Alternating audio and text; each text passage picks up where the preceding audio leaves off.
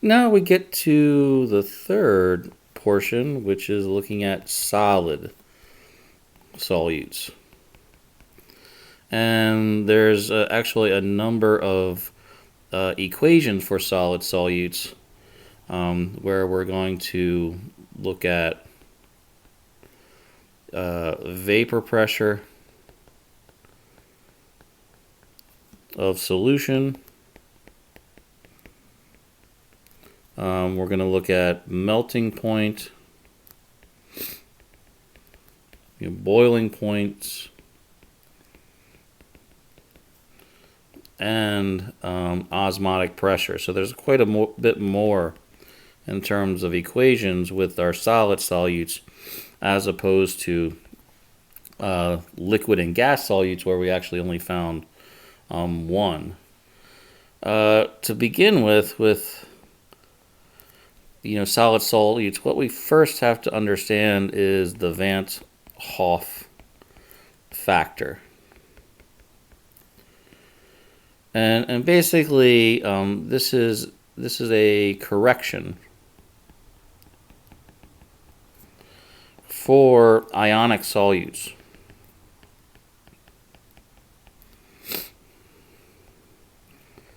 And this is because since ionic solutes dissociate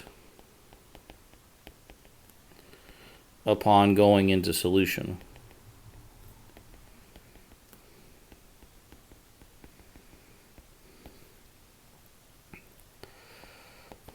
All of solutions' properties are really dependent on how much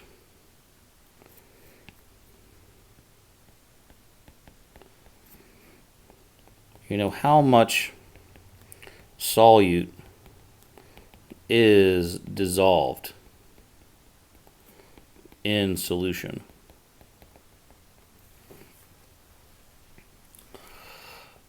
And so since these ionic molecules dissociate right into their ions,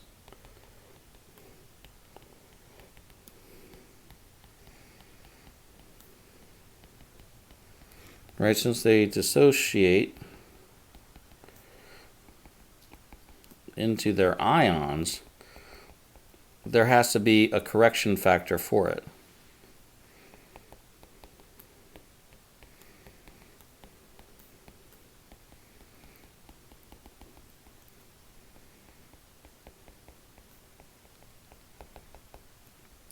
So, for instance, we could maybe consider something simplistic like sodium chloride. Right? And we could say that we have sodium chloride and it's 1 molar. Well, if we think about it, sodium chloride is actually not one molecule in solution. It's sodium ions and chloride anions. And that's that notion of dissociation in terms of the solubility. So that means that we would be 1 molar in sodium ions as well as 1 molar in chloride ions, or it would be 2 molar in terms of specifically ions. So that's why we need this idea of a correction factor, is because of this relationship.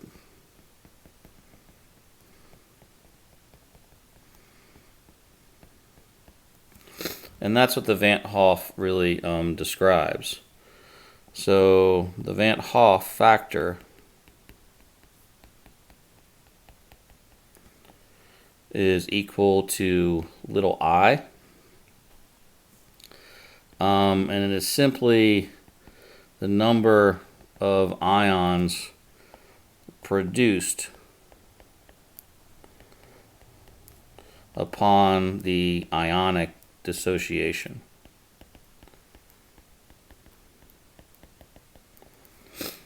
So if we were to look at, sodium chloride as a solid, and let's say we're trying to dissolve it into water, which is very soluble in, we would get sodium +1 and chloride -1 dissociated. And so we would say our I is equal to 2 because of that idea that we're getting two things in solution from one starting solid. And that also allows for that conversion of 1 molar to 2 molar like we see above. Or if we did maybe another example, look at ferric bromide and putting it into water, right? We would get our ferric ion that's in the +3 state. We would get 3 bromides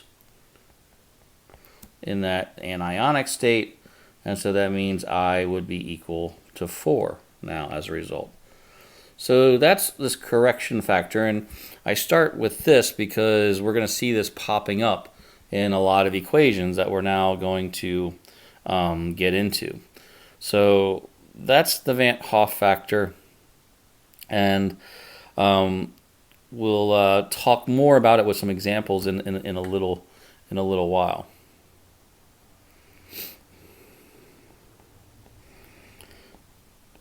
So the first equation that we get into with solid solutes is vapor pressure lowering, or simply, vapor pressure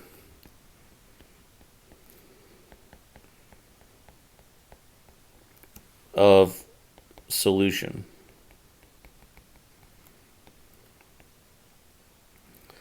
And so we have two equations for vapor pressure lowering. We have delta P. It's our change in our vapor pressure, how much it's been lowered, is equal to the mole fraction of my solute times the pure vapor pressure of my solvent. So that's vapor pressure lowering, is looking at this change in vapor pressure, how much it's gone down, and that's one thing that we all have to understand, right? Is that, remember, vapor pressure decreases with stronger forces of attraction, and since now you are creating these new ion dipole forces of attraction, is why we're seeing the vapor pressure lowering.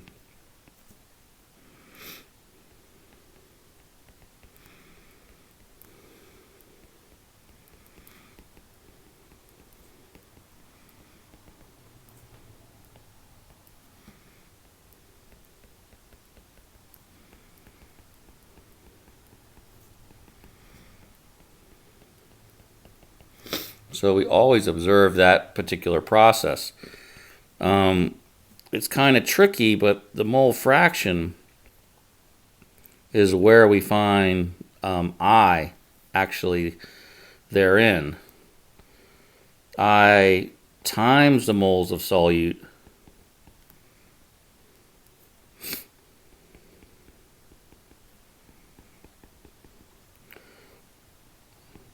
plus then total moles.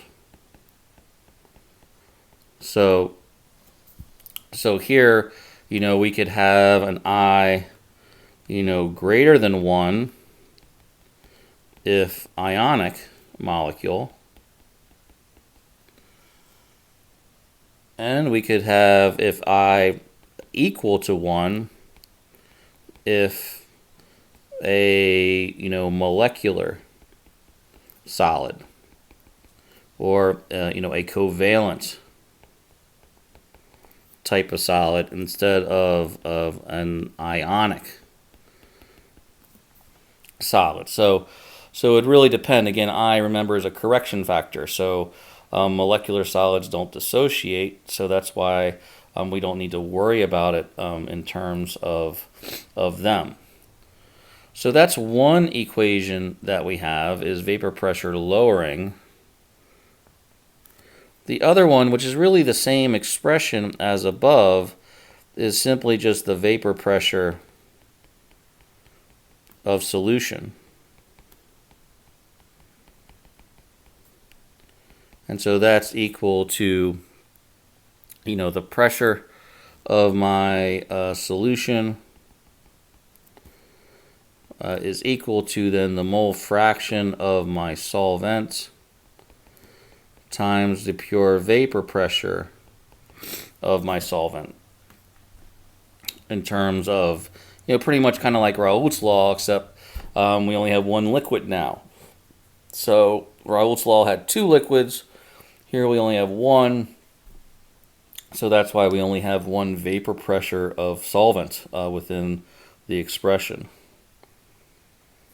We also find, right, that mole fraction is where we can see the I factor coming into play. Our solvent's always a liquid, so it's not ionic, but it would just depend on our solute and what type of solute it is, if it's, ionic or if it's not ionic. So in utilizing these two expressions, we need to recognize, terms such as vapor pressure lowering. The vapor pressure was lowered by this amount, something like that. Or simply, what is the vapor pressure of solution?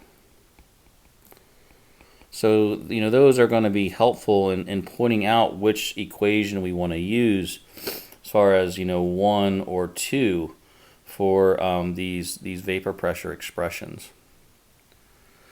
So let's look at an example of this. So let's say we're asked how many grams of urea. Urea has the formula of NH2, two of those, CO, and it's a solid. So how many grams of urea? I'll throw in a molar mass in there as well. It's roughly 60 grams per mole. So how many grams have to be added to 100 grams of water to lower the vapor pressure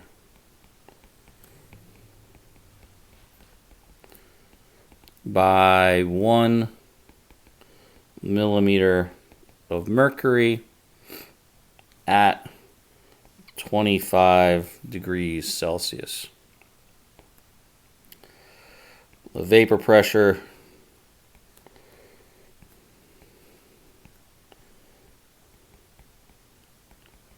of water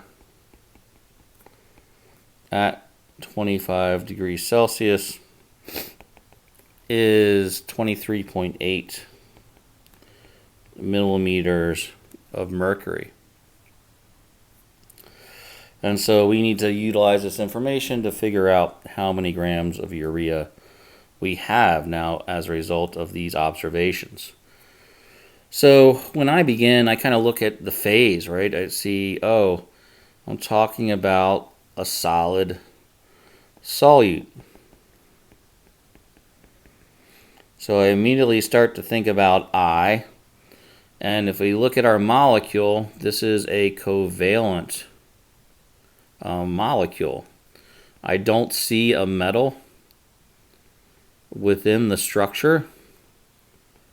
So that means I really don't need a correction value because the molecule just dissolves into water. So in this case, we have a solid solute.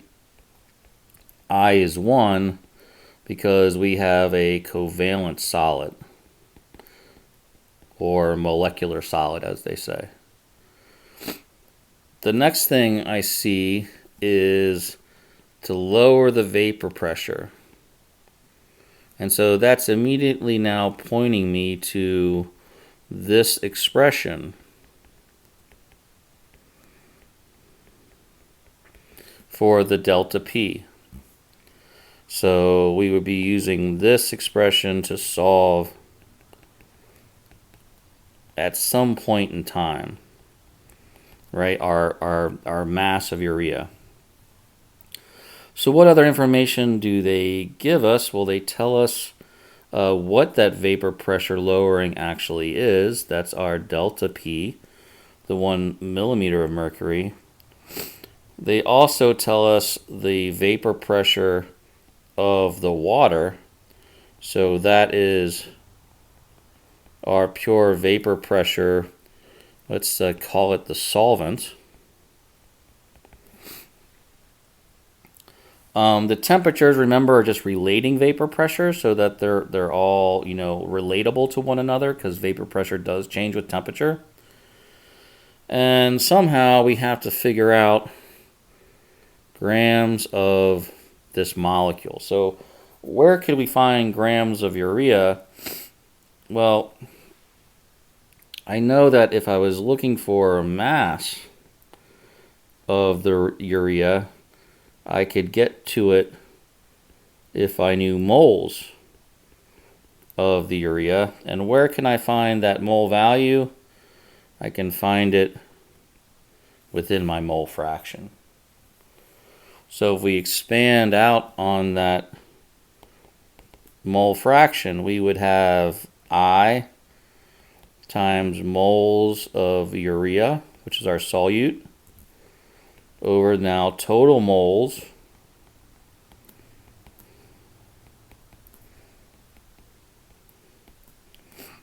so there's our mole fraction with I included, and then we have our pressure, our pure vapor pressure of our solvent. So the urea there being a solid, the H2O being a liquid. So that's the expression, and so that's how we can get at our mole value, right? We should have some ability to get to moles of H2O, and that's kind of the last number that we did not underline yet, is that we do have a way to get to moles of H2O, which is the 100 grams. So if I start with that 100 grams, I can now solve for moles of H2O, and now I have everything in the equation to solve for my moles of urea, which is going to allow me to get then to mass of the urea. So if I do that division, I get a mole value of 5.56 moles of my H2O. And now I can plug everything into my equation. We have our vapor pressure lowering of 1 millimeter of mercury. If we look at our mole fraction, our I value would be 1 times moles of urea, which I'm trying to figure out.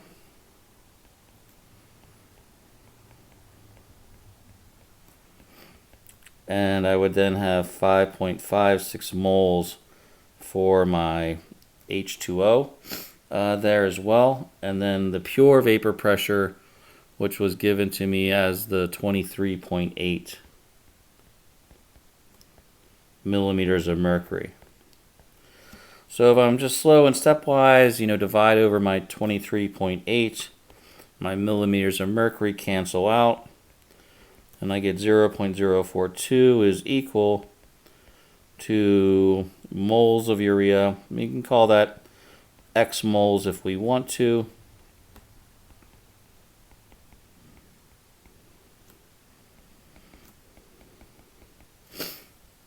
Right, plus then the total, or I'm sorry, over the total, which is the urea and the moles of the H2O. So now we need to basically do so slight derivation here. We need to bring over that denominator. So I'm going to just kind of simplify the x idea. So if I bring over the denominator, I'd have the 0.042 times that quantity, x plus 5.56. And then so that would be equal to x. If I, multiply through, now just doing some algebra here. Right, we get 0.042x plus 0.233 is equal to x. And so now we want to combine our like terms. So I'm taking over to the other side my 0.042. So we would have, x minus 0.042x. And that would be equal to 0.958x. So we would have, at this point, 0.233 is equal to 0.958x. And we can now do that simple division and solve for what x is. Remember, x here is moles of urea, which would be the 0.233 divided by the 0.958. And that gives us a value of 0.243 moles of urea. And now I'm pretty much at the end of the story. I've gone through all the hard work really with the vapor pressure lowering, and now I can just multiply by the molar mass that was given to us of 60 grams per mole. And that gives me a value of 14.6 grams of urea.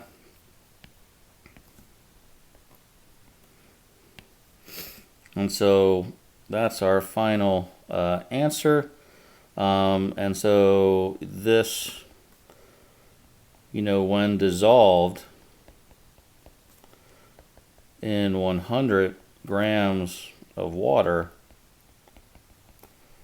lowers the vapor pressure by 1 millimeter of mercury.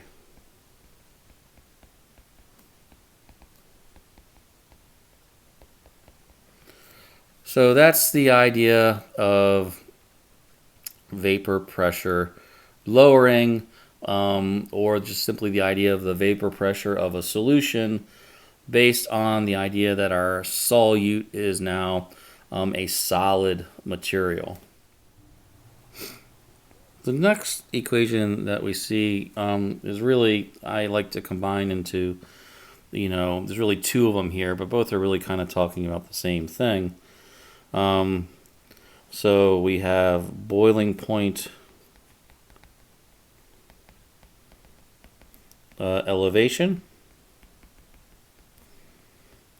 and freezing point depression. And these are both very much related to one another, and the equations actually look very much the same. And so since the vapor pressure of the solution is lower than the pure vapor pressure of the solvent,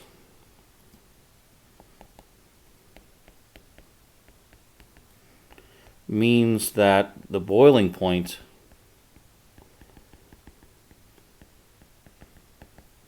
of the solution is always higher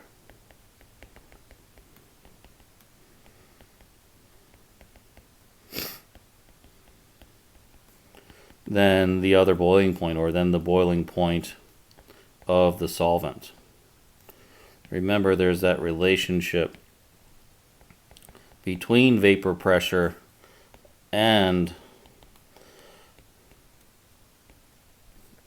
the boiling point. That the higher the vapor pressure is, the lower the actual boiling point is, because we don't have to add as much temperature to get it to atmospheric pressure. So, right, we always find that, you know, the boiling point is always going to be higher for the solution as a result of what we just covered in part B, that we're always going to see vapor pressure lowering.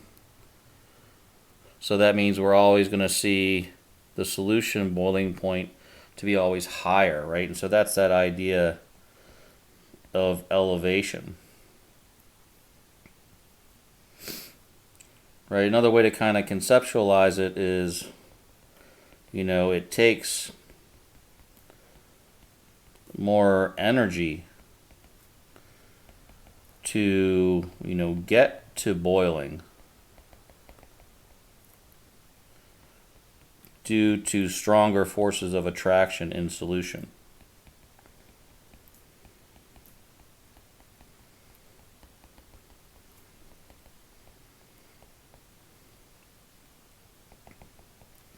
And the equation that we have for boiling point is delta T is equal to I times Kb times little m. So here we have basically our change in boiling point.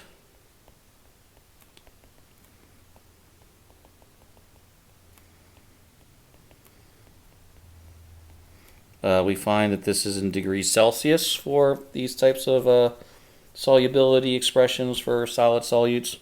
We have, again, our Vant Hoff, now somewhat easier to see out in front of the expression.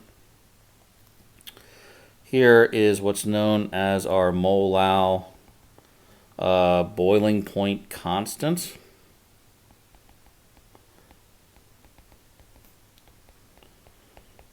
So this is something that we can tend to look up, and this is in kilogram degrees Celsius per mole. And then we have, lastly, our molality of solution. So our moles of our solute over our kilograms of solvent. So that is our expression for boiling point elevation.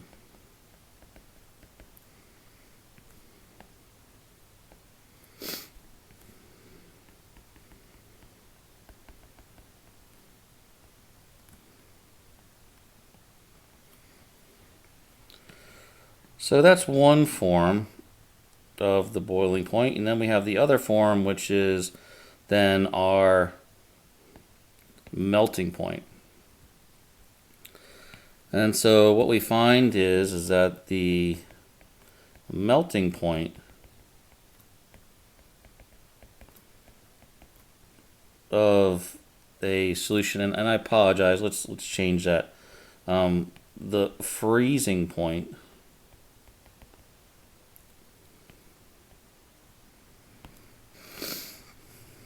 of a solution is always lower than the freezing point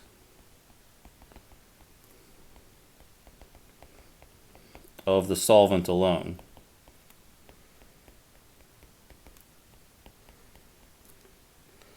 Again, here we have stronger forces, so it takes more energy to be removed in order to freeze.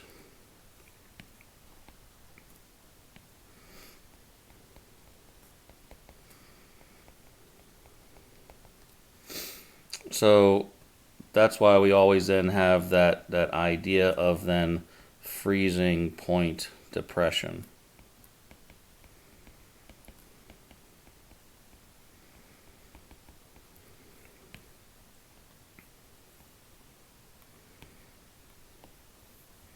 So they're kind of opposite in how they're, how they react or how they respond to the notion of freezing point or boiling point. But it's really just talking about, how much heat you have to add or how much heat you have to remove. For boiling point, you have to add more heat. That's why we have to go to higher temperature to convert phase from solution to gaseous. Stronger forces in the solution make it harder for that to happen. In terms of freezing point, now we're trying to basically bring those forces closer, or molecules closer together, and it takes actually more energy or more heat to be removed in order to do that. And so that's why we see a lower freezing point in terms of these solutions. So our delta T here, we'll find that this equation looks very much the same as our boiling point, except for the constant that we have. So here we have our change in our melting point. We again have our Vant Hoff factor. Here now is our molal freezing point constant. Again, that's kilogram degrees Celsius per mole. And then we have our molarity, our molality, which is moles of solute per kilogram of solvent. So as you can see, both expressions are very much the same. And so, we can think about real-world relationships, right? Oftentimes you add salt to water to make al dente pasta.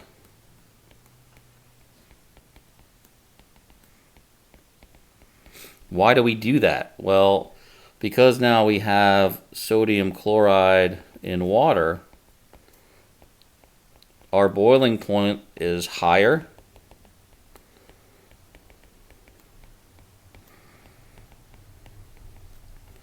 So the pasta cooks faster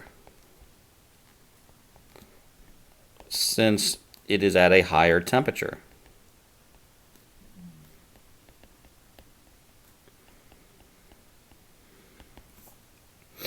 Right? Another, real world example, especially up here in Vermont, is we add salt to the roads in winter.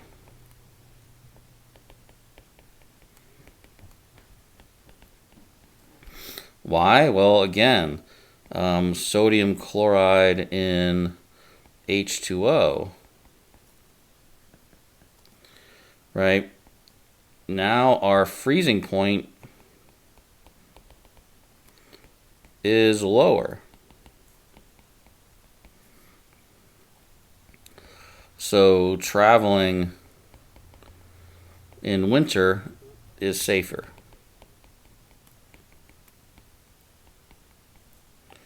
So, those are some real-world applications of this idea of boiling point elevation and freezing point depression. I'm going to go through an example right now of a boiling point example, and then I'm going to hold off on freezing point and bring that one back at the end of this module and combine it with the Vant Hoff factor. So let's see an example of this. So we want to calculate the boiling point of a solution that is prepared by adding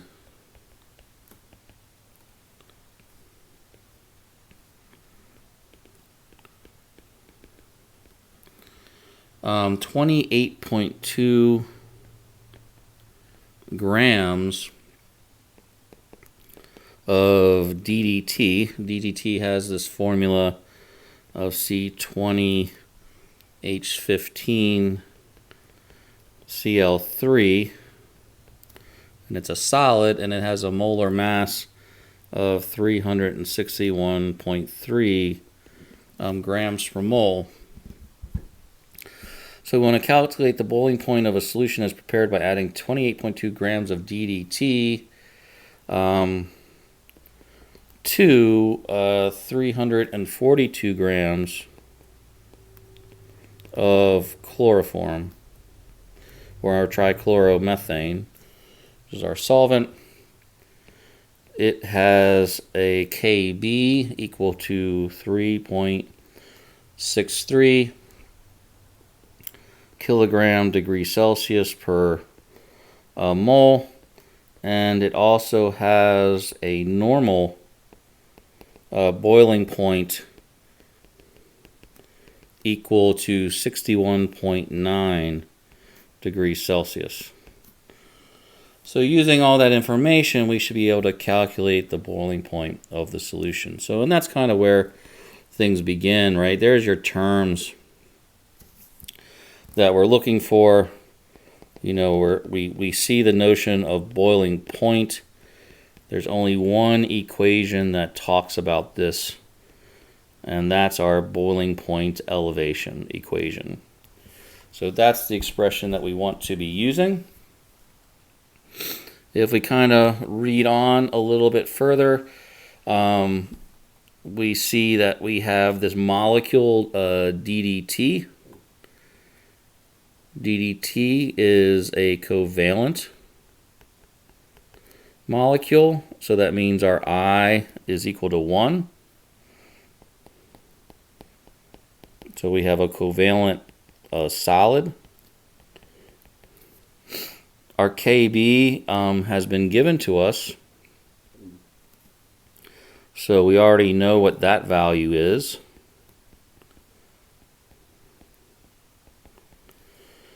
And we know what I is, obviously. Now if we have molality, we can solve the question. And we do have molality.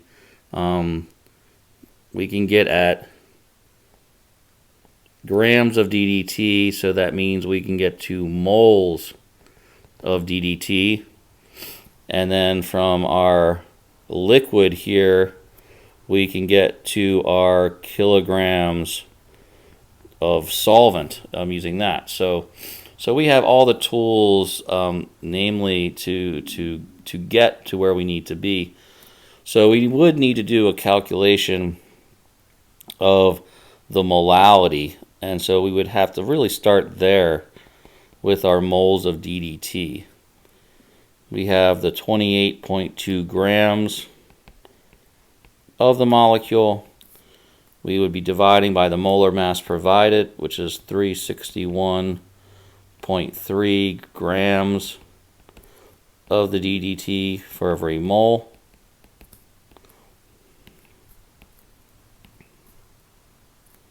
So that's allowing us to get out of mass and get into moles. We should have then a mole value equal to 0.078.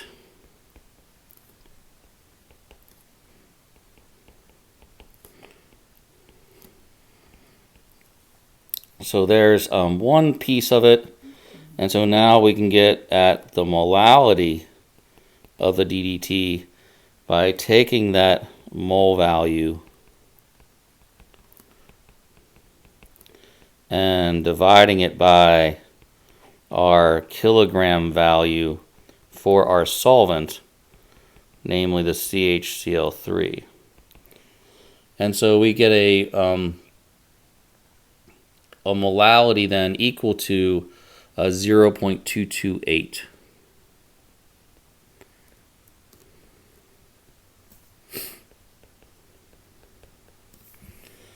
So now we have everything to really plug into the equation and solve for our delta T. First, I'm going to solve for my delta T, and then we're going to figure out this new boiling point. So our delta T is equal to IK times M. And we have all the players here. I, remember, is going to be 1. Our KB was 3.63. And our molality was 0.228 molal. So really the kilograms and the moles are canceling out here, and we're finally left with temperature. And the change in temperature that occurs is 0.828 degrees Celsius. So that's the elevation that occurs. So our new boiling point would be equal to our 61.9 degrees Celsius plus our 0.28 degrees Celsius, where here is our normal boiling point, and that's specifically of the solvent. And then we have our delta T, which is the elevation, since now we have a solution. And so that equals then a final temperature of 62.72 degrees Celsius for our new boiling point. So that's how we can look at boiling point elevation. We've looked at the other concepts between freezing point and boiling point, and here an example of boiling point elevation. We'll get into an example of freezing point depression near the ends of this module. The next equation, for equation D, talks about osmotic pressure. And osmotic pressure is basically the pressure required to stop solvent flow through a semi-permeable membrane.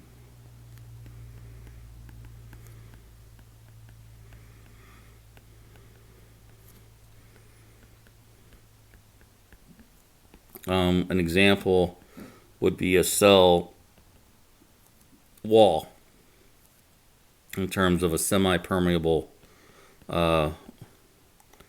membrane. So it's the pressure required to stop solvent flow through a semi-permeable membrane that separates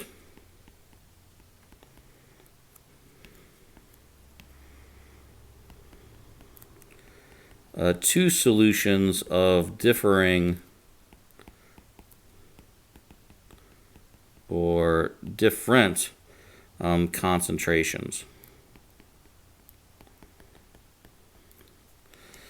So the idea would be something like this, that we could utilize a YouTube to show. And here's our U-tube, which is a glass tube that looks like a U.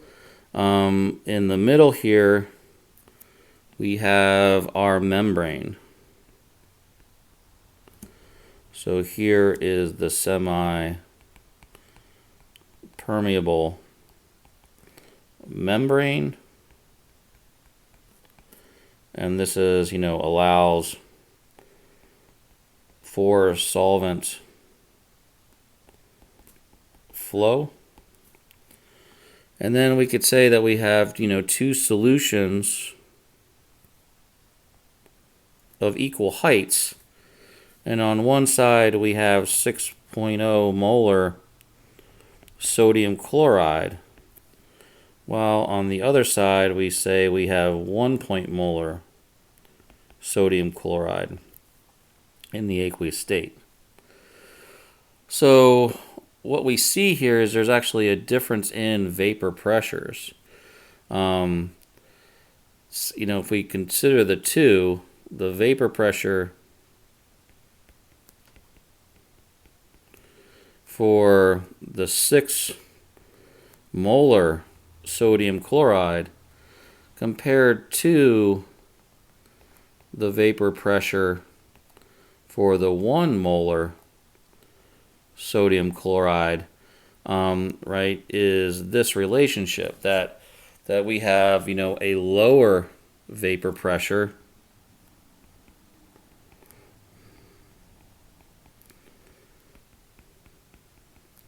right, because it's more concentrated, while we have then a higher vapor pressure because of the opposite, that it's less concentrated.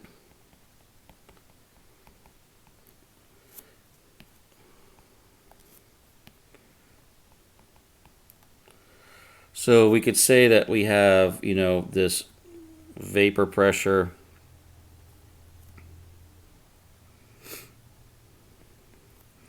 on the left for the 6.0 molar, and we have a vapor pressure on the right, which is the 1.0 molar. And because we have a higher vapor pressure on one side than the other, that vapor pressure is pushing on that wall. And so what we find is that we're going to find solvent flow now moving from right to left because of that difference in the vapor pressure, right? It's difference in like a pushing effect. So if we take our diagram and now show it in a different state,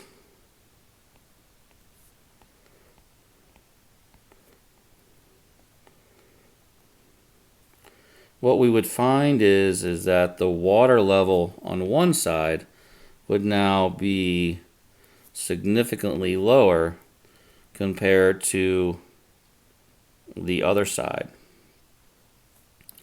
And the difference that we have in these heights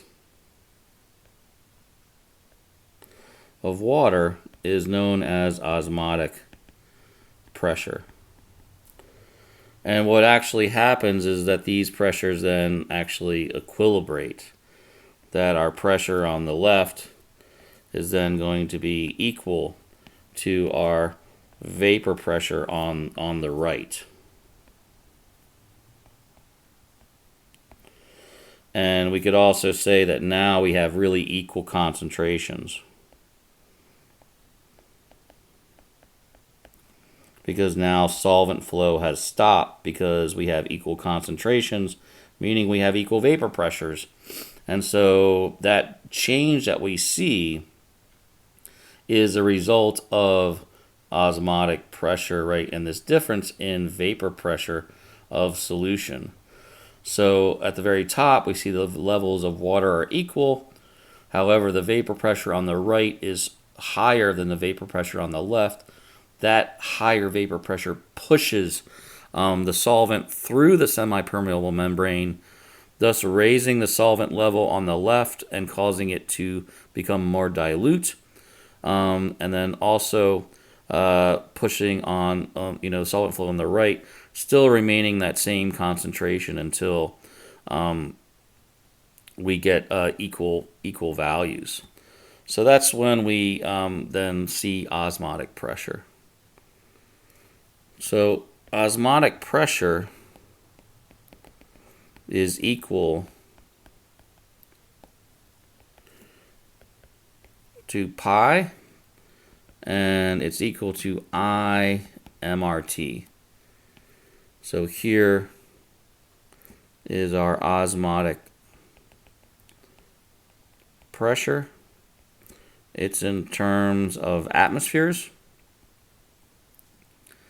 We have our Vant Hoff factor as well.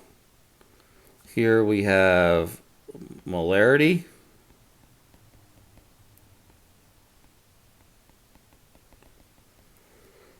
We have our good old friend the Rydberg constant, or our gas law constant.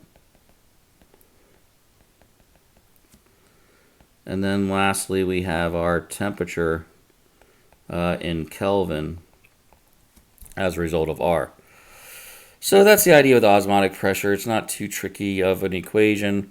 And this is kind of the idea why you don't want to drink salt water, is because of this difference in vapor pressure.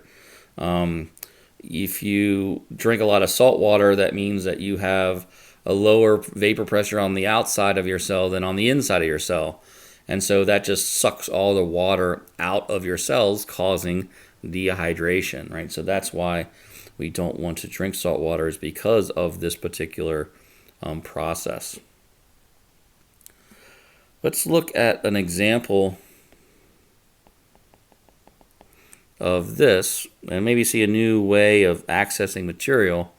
We have a solution containing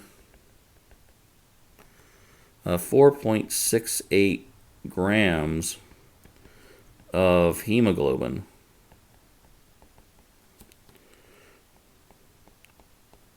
And while we might not know what hemoglobin is, let's assume that it is a covalent solid. So a solution containing 4.68 grams of hemoglobin in 0.125 liters of aqueous solution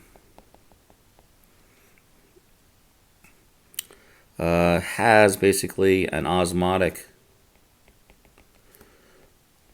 pressure of 0.0135 atmospheres at 27 degrees Celsius.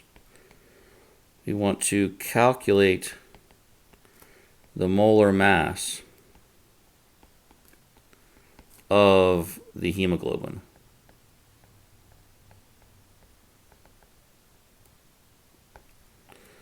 So there's our question, and now bringing something new into the idea, which is calculate this molar mass. So let's start with that as far as where we're needing to go. Right, our molar mass for the hemoglobin would be, we know this, right? Mass of the hemoglobin, right? That would then all be over moles of the hemoglobin. And so far, we do have some of that information. We know that we have 4.68 grams of the hemoglobin, but what we don't know is our mole value. So in order to answer the question, right, that's really where the question is pointing us, is that we have to figure out moles of the hemoglobin. And then looking at some of the other values, right, that's where I got my mass of the hemoglobin. It's from the 4.68. But then it seems like the rest of the information is pointing me down a different road, that I have osmotic pressure here, which is, my pi. And then I also find that I have a volume of solution. I have also that osmotic pressure given to me is 0.0135, and I have a temperature as well. And so we start to think about the osmotic pressure equation. Obviously, they're giving it to us, right? We know, for instance, it's a covalent solid, so I is equal to 1. We know our R value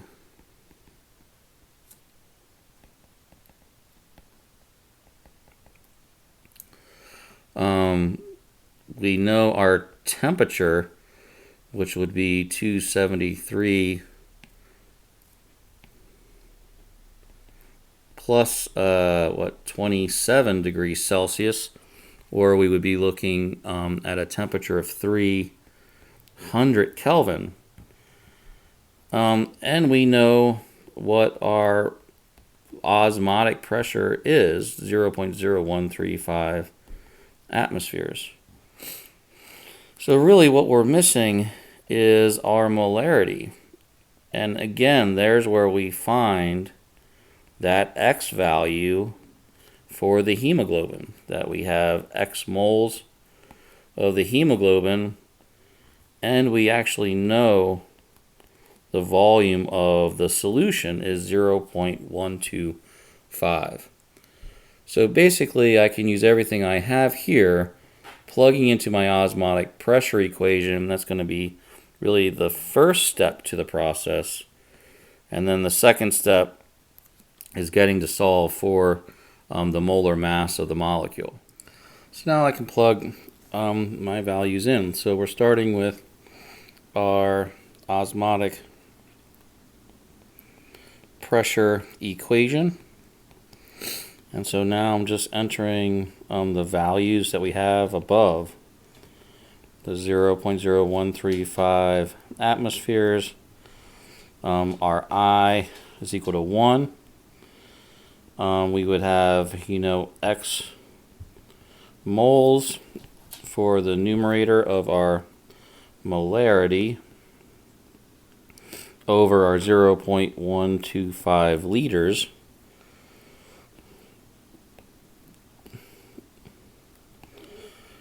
We then have our gas law constant, and then our temperature of 300 Kelvin. So if we bring everything basically over to the other side, we would find that we would have 0.0135 atmospheres. That would be times 0.125 liters. That would be then divided by the product of our gas law constant times our temperature, and that would be our X moles of the hemoglobin. And we find that that value of our X moles is 6.86 times 10 to the negative fifth moles of the hemoglobin. So now we have the ability to solve for our molar mass. Right? The molar mass of the hemoglobin would be equal to the mass that we had before, which was the 4.68 grams. And we're going to divide that by our mole value that we just calculated.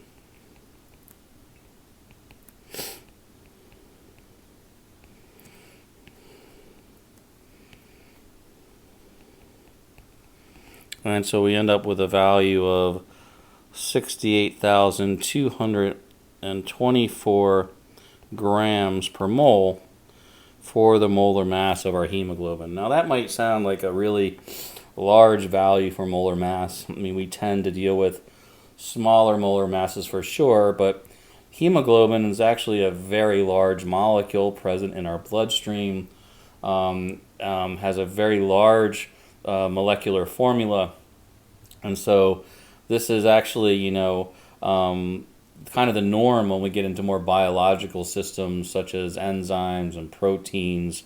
We find very, very, very large molar masses like we do here. So here's an example of osmotic pressure But tied to it is just another kind of, variable that we might see, which is trying to get at the molar mass of a particular molecule. The last idea of the module is percent ionization. And percent ionization is really how, what it describes, right, is, how much,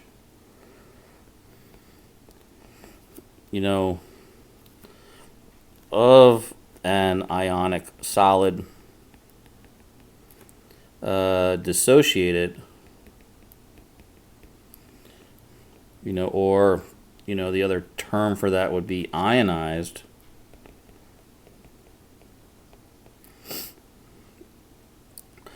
in going into solution.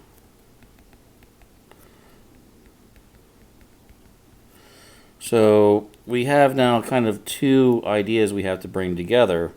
One is I predicted, and that's what we know so far, and that's what we can predict as the student. But then there's I observed or experimental, and that's, experimentally determined.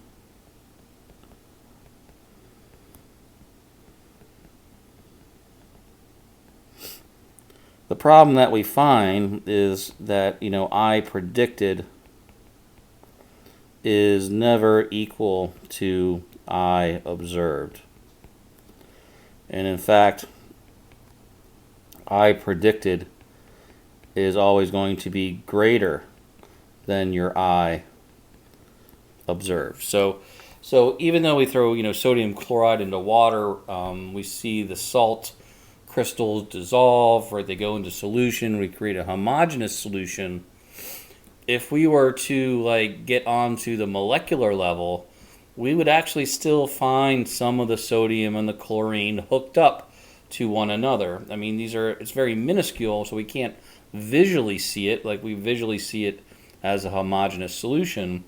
But the reality is not all of the sodium chloride actually dissolves. So there's always just a little bit of that sodium chloride that's still in a matrix, or still, kind of still in that lattice framework. So the percent ionization would be equal to our I observed divided by our I predicted times 100. And so that's just really looking at how much has gone into solution. And so that's the last concept for the module. So let's look at an example of this. We have an aqueous solution that is 0.0103 molal in potassium sulfate. And this solution is observed to have a freezing point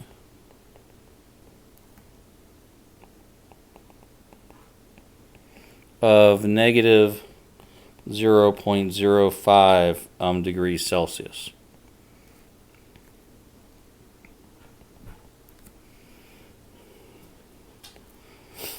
Given Kf is equal to 1.86 kilogram degrees Celsius per mole, what is the percent ionization of the potassium sulfate solid? So there's our question. So now kind of breaking it down, where I begin is, that terminology, right? We see freezing point. And so as soon as I see freezing point, I immediately think of my freezing point depression equation, which would be delta T is equal to I kf times m. My delta T here would be 0.05 degrees Celsius. Our freezing point is negative 0.05 degrees Celsius, but realize that the original would have been 0 degrees Celsius for the water. So there's our change in temperature there. We have a molality equal to 0.0103 molal in terms of our potassium sulfate. And we have our Kf given to us as well.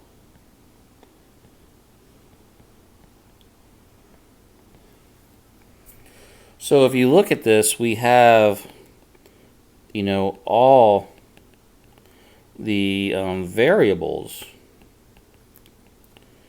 to solve for I. So this would be I observed, given the experimental results that I see this new freezing point as a result of this solution concentration and my Kf. So really our I above is an I predicted, is an I observed, is an I experimental. For the second step, we can hopefully do our prediction for I. I is predicted to be equal to 3 because the potassium sulfate, when we put it into water, would dissociate into 2 potassium ions as well as then 1 sulfate anion. So there's where our I predicted would come into play. And so what we need to do is use that as our second step, right? Meaning that the percent ionization would equal my I observed over my I predicted times 100. So I know from the first step I can figure out my I observed, and then from the second step, since I know my I predicted, I can then figure out the percent ionization. So step 1 would be using our freezing point depression equation, where we have 0.05 degrees is equal to our I observed. We have our Kf of 1.86 kilograms degrees Celsius per mole, and our molality of 0.0103 molal. So our I observed would just be equal to, right, the 0.05 degrees Celsius divided by the product of the 1.86 and the 0.0103 molal. And so when we solve for that, we get an I of 2.609 for our I observed. So that's experimentally how much went into solution. Not quite all of it, because if all of it went into solution, I would be 3. But, a good portion of it did go into solution. So now we're figuring out our percent ionization, which would be our I observed over our I predicted times 100, or our value of 2.609 divided by 3 times 100. And so our percent ionization is equal to 86.99%. of the potassium sulfate ionized into its ions, right? Potassium +1 and our sulfate -2. And so that is our percent ionization, and that is the last of Module 13 and solutions. Again, a good way to approach this module is to really concentrate on phase, right? There's only one equation for gas phase. That's Henry's law. There's only one equation for liquid phase. That's Raoult's law. And then with the solids, there's multiple equations, but just keep in mind the language, right? Are we talking about boiling point, melting point, vapor pressure lowering, or osmotic pressure, or possibly percent ionization? So hopefully with the terminology that then points you to one equation or another. That is solutions.